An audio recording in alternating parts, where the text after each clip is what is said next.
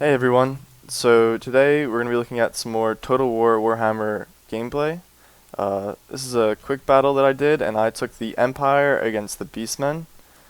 So I took Boris here as my lord. It's pretty cool, you get him from completing the mini campaign as the Beastmen. Anyways, basically I don't want to go too much into my roster, I'll put that in the description, but I spread my units really thin here. I want to take up as much space as possible so that if he did bring Malagor, he wouldn't be able to devolve my whole army.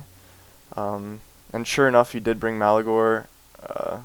He could have also just brought a shaman with the Lore of the Wild, but anyways, this tactic is going to be pretty effective to dodge that spell, but it's going to be really susceptible to cavalry charges, and I didn't think he had any to begin with, but we'll get into that in a second. Basically, this is what I saw at the start. I knew he had more. This is just like 4 Goreherd and some Minotaurs and his leaders. And then, almost immediately after, I saw his flanking force right here, which is Goreherd and some archers backing them up, some Ungor raiders. And back here, which I had no idea he had these, he had some Centaurs waiting for me. So like my Demigryph knights with halberds would be able to deal with them, but he Vanguard deployed them way behind my lines, and I didn't really notice them. Alright, so let's get into this battle here. I'm going to be trying to do my best to give you guys a cinematic view. The same as with my dwarf video. I wanted to take the cannons. I knew he would bring Minotaurs, so I wanted to try to get some good hits off on them before the battle started.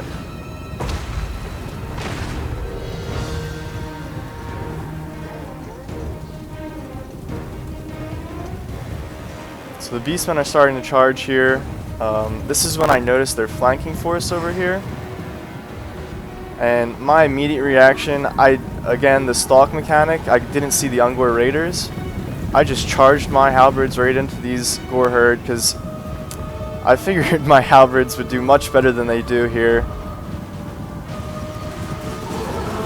But they get hit by the archers. They get a decent charge off, but they're going to get surrounded. I try to pull them through to get to the archers, and it's just a terrible idea. Basically, I'm losing this whole unit, and I got almost nothing for them. So I'm already at a significant disadvantage here. Like, they're not even fighting. I was just trying to pull them through, which it was just an awful idea. So I'm at a disadvantage. I already missed it. His cavalry is charging me from behind. They got my great cannon over here. I am just messing up all kinds here. I have a spearman unit that was supposed to help my flank. It just didn't. So here we're going, the Minotaurs and everyone is charging my front line now, and my units are kind of too spread out to really help each other. But I do have some Empire captains and Boris who are going to help my front line. The cannons are still firing off of the Minotaurs. But, I mean, once they reach my swordsmen, the swordsmen are just going to fall right over. He's still charging my cavalry, or his cavalry into me from behind. And over here, my halberds are able to fight the Minotaurs pretty well. So let's get a good look overall here. You see my spearmen are just trying to chase their cavalry around. This guy is doing a great job at harassing my backline. I was spread way too thin to protect all my units. So my crossbowmen are doing what they can. It's going to be really up to the few units that I have left to carry this game at this point. I'm trying to micro everything as best as I can, putting the units where they need to be. You'll see my captains are holding true, as well as Boris. And I noticed Malagor here was kind of by himself, so I charged Boris right at Malagor, thinking this is one of the only ways I'll win this game at this point, is if I beat his general in a 1v1, and then the few units I have left can maybe win morale battles. So you see here, there's just a bunch of skirmishes everywhere. His Cygor is just destroying some halberds that I charge into it. And luckily, Boris is able to destroy Malagor in a 1v1. So if anything, that'll be the saving grace. You can see his cavalry, the Centaurs with great weapons, are still just charging around my lines, destroying me. I've pretty much no hope here, except for this Empire Captain right here, this Empire Captain right here, and then Boris. So Boris and these halberds are going to try to take down the Sagor right here. At this point, I want to take down their core units and hopefully do enough morale damage that I can pull this game back into my favor. You could see there for a while it was not in my favor at all. So there's just a lot of skirmishing happening right now. I'm trying to reform my units into a line back here, somewhat of a line. I noticed that he still has a Gorbel destroying my units over here. So I charge my halberds in. I'm getting Boris into the Gorbel. This is really where the battle has come down to at this point. His remaining units are very weak. He's still got the Centaurs. They're going to try to help. They're charging in. So this is the battle right here. Boris against the Gorbel.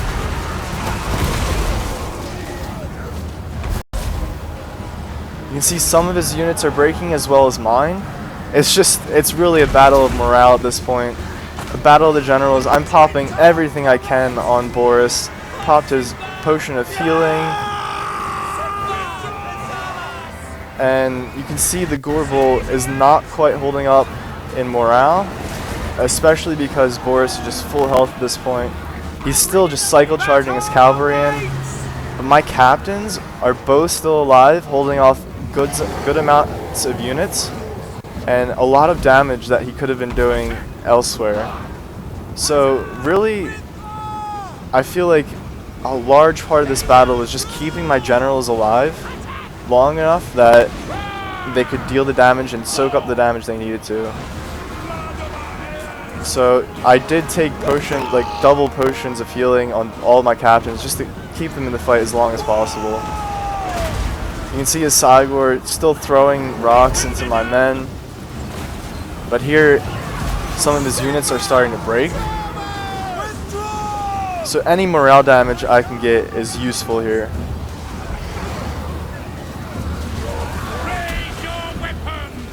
Boris is just going strong. He's known for fighting beastmen and fighting them well.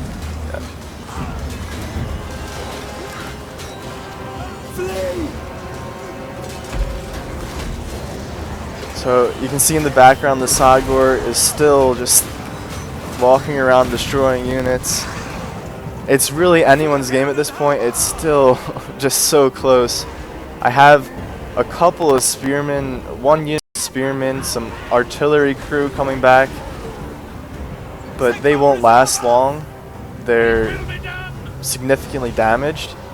It's really just up to my generals at this point to win me this game. And he has so many units still alive. You can see up here, he still has over 400 units alive, and I'm down to about 100. I'm popping all my cooldowns I can. I'm trying to keep my generals in range of each other, hoping that they'll buff each other constantly and give each other the leadership that they need to stay in the fight. This captain's kind of on his lonesome, but he is breaking these Minotaurs over here, which is so important. So the captain's continuing the fight. He's fighting some Gore Herd now, just not giving up. Whereas the Beastmen, with their lower morale, are going to start giving up as their main units die. And so all their main units are pretty much dead here. The Sagor is about to break. He's wavering.